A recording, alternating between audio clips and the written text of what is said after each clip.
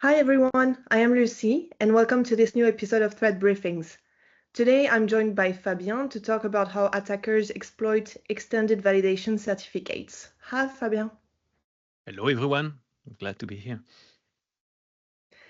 So Fabien, can you tell us about EV certificates? What are they and why are they so trusted?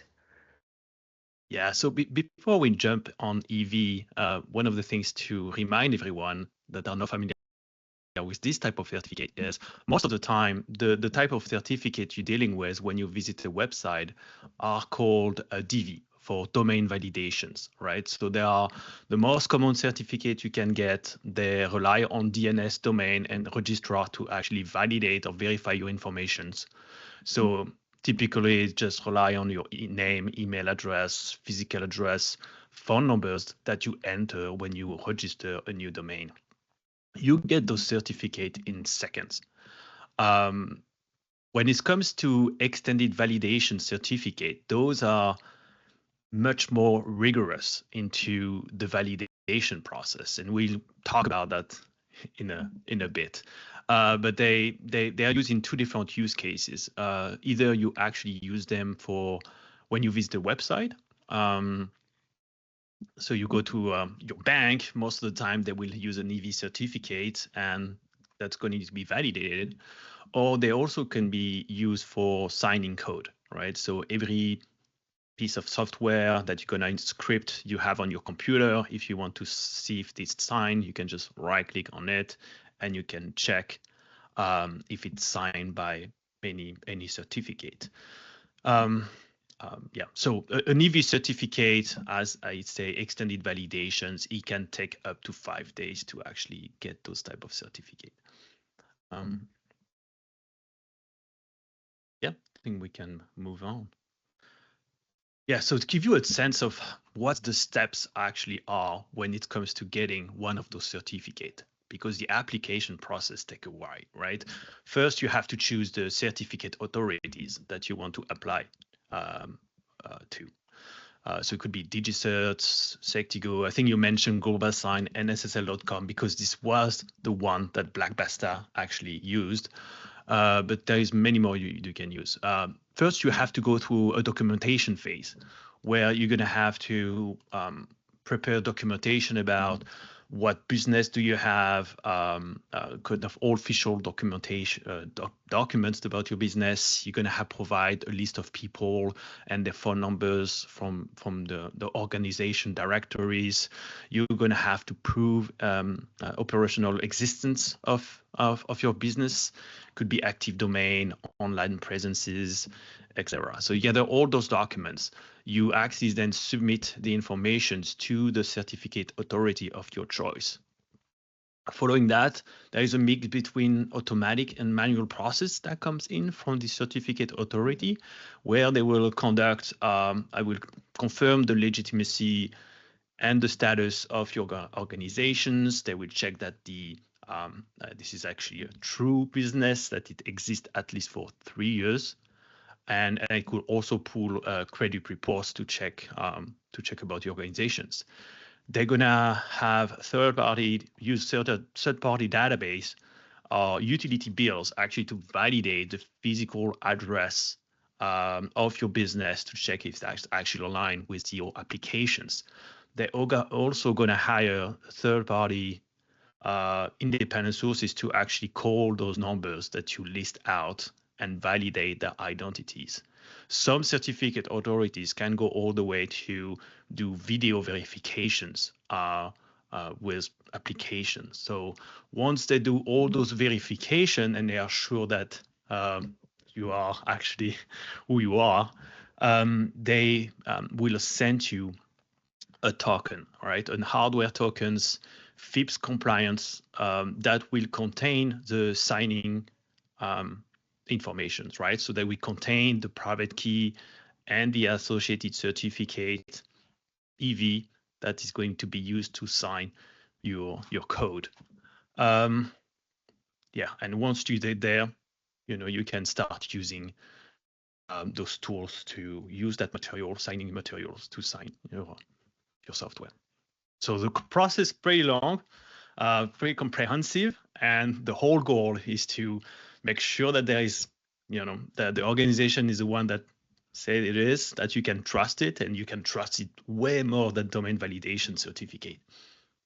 Sounds indeed like a very, very strong validation process. Hard to bypass.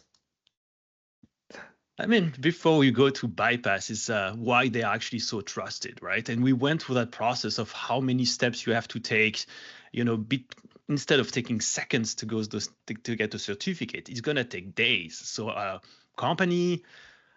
large company always go through that process. Most of the time will be banks, large organization, every kind of company that needs to sign software like that touch the kernel will have to need those certificate to be trusted. So when you go through that process, you really need a strong cases for that, but you really want people to trust when they connect to you, when they run the software, they want to trust that it's really coming from you. And why is they are so trusted? One of the things is because, those signing information that are shipped from the certificate authorities to you, they are actually on those USB physical security token that is protecting your signing keys and certificate. There could be YubiKey, USB dongle. They're often protected using a pin, but you cannot download the information on the certificate out from this key, right? You always have to have this key connected to your computer to actually use them to sign, to use that certificate. Those are very important points. You cannot export, and I get onto my computer and I start actually signing stuff on my own. That's a big thing why it's actually so trusted beyond the validation process is that you can see on the right side, actually, every time you're curious if it's actually using an extended validations or not, you can see on the detail of the certificate, the policy, you will see a value name extended validations. And now this is that. A couple of years ago, maybe you remember that actually Firefox or certain web browser, every time they were using an EV certificate, you could see that the big green check on the navigation bar, like telling you this is really trusted. They removed that for whatever reason. So now you really have to dig into the certificate itself, but the information is still there. And they are so trusted that that makes Microsoft vulnerable, right? So can you tell us a bit more about that? Yes, because there is a level of trust that is higher than domain validation or other type of certificate. Operating systems such as Microsoft, but other actually lower the security or the check they're doing when it's actually signed, a software, a script, whatever is signed by those EV certificate. So you're right. In the case of Microsoft, the thing like such as Smart Screen, which normally you execute a malware, never seen it before, not signed, not say malware, just any software, never seen before, they will just pop up a Smart Screen, say, hey, are you sure you want to execute that? This is completely bypassed when you have something that is signed by your EV certificate. It's also bypass USC prompt and other kind of check, right? If you have an antivirus, it could be Defender, it could be also kind of EDR. They normally do not as many check or as deep analysis when it's EV signed versus another type of software. So make it easier to run those code when they use those type of certificate. So if it's so complicated to get them, how did attackers like Black Basta got them? So there's two ways, right? We're gonna discuss. The first one is when they just got them from the black market. They on the dark web, they've obscure website, whatnot, they find people that have their hand on those EV signing certificate, and they just buy them from them. So that's one of the things that has been seen on the leaked, that they were seen to buy those for up to $4,500 for one single certificate. So that one of the way they were using it, just buying from the dark web. The other one is so the file with the key, you mean? When they buy, so they need the key along with the. Yes, I mean, correct. They buy the EV certificate and the signing material, not actually, not the malware itself. And their second option was to access compromised remote signing infrastructures where physical tokens were plugged in, right? So can you, what does that mean?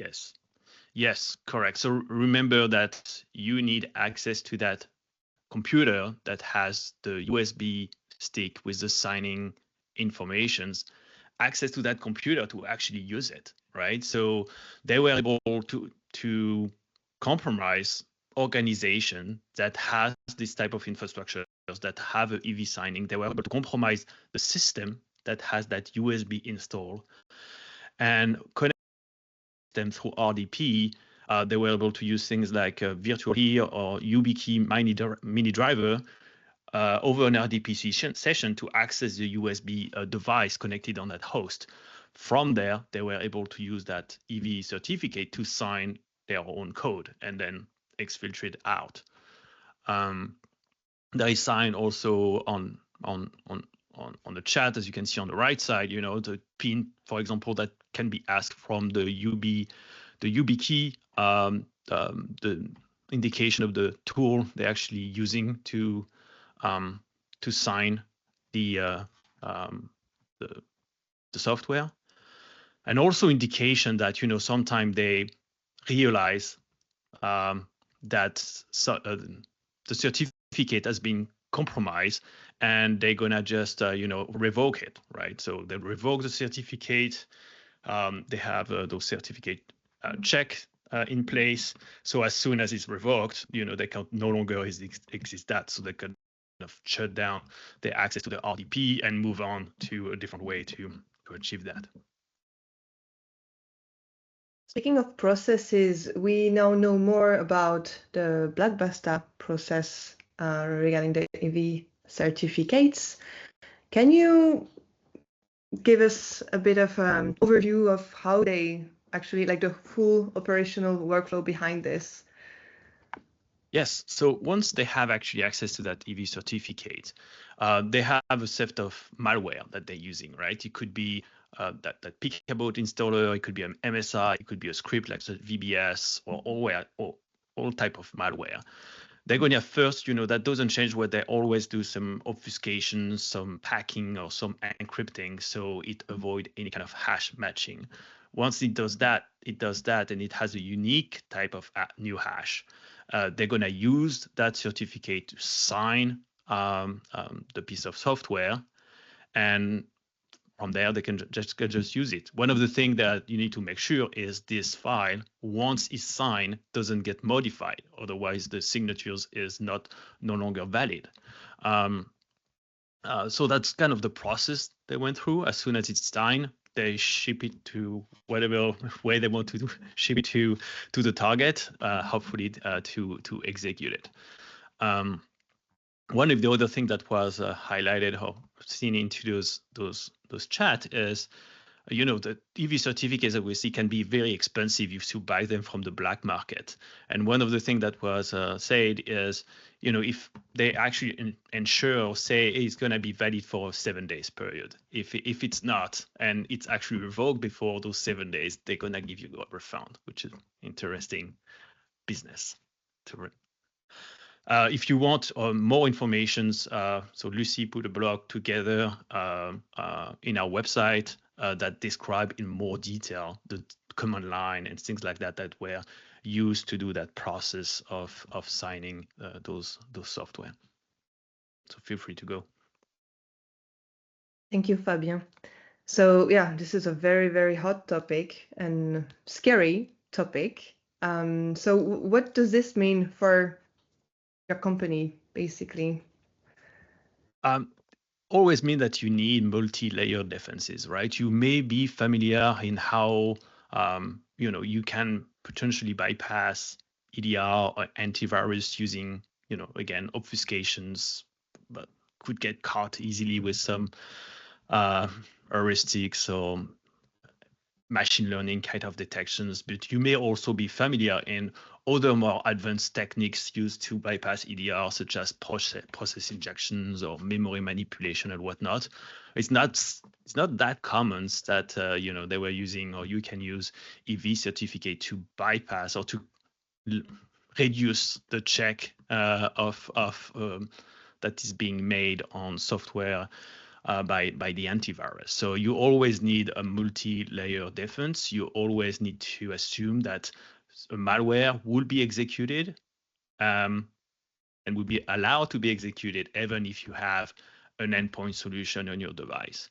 So it's important to not rely only on that, have other mechanisms in place to detect attacker behavior that are not only looking at the endpoint.